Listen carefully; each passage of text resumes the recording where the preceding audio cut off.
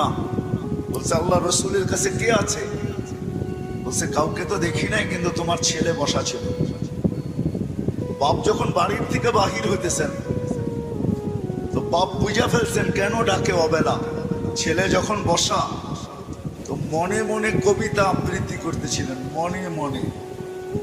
না জিব্বা হেলতে ছিল না ঠোঁট নড়তে ছিল।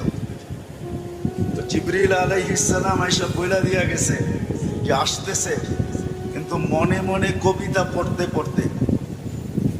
আল্লাহ বলছে সালাম দিবে, জবাব দিয়া কবিতা গুলা শুনা নিতে।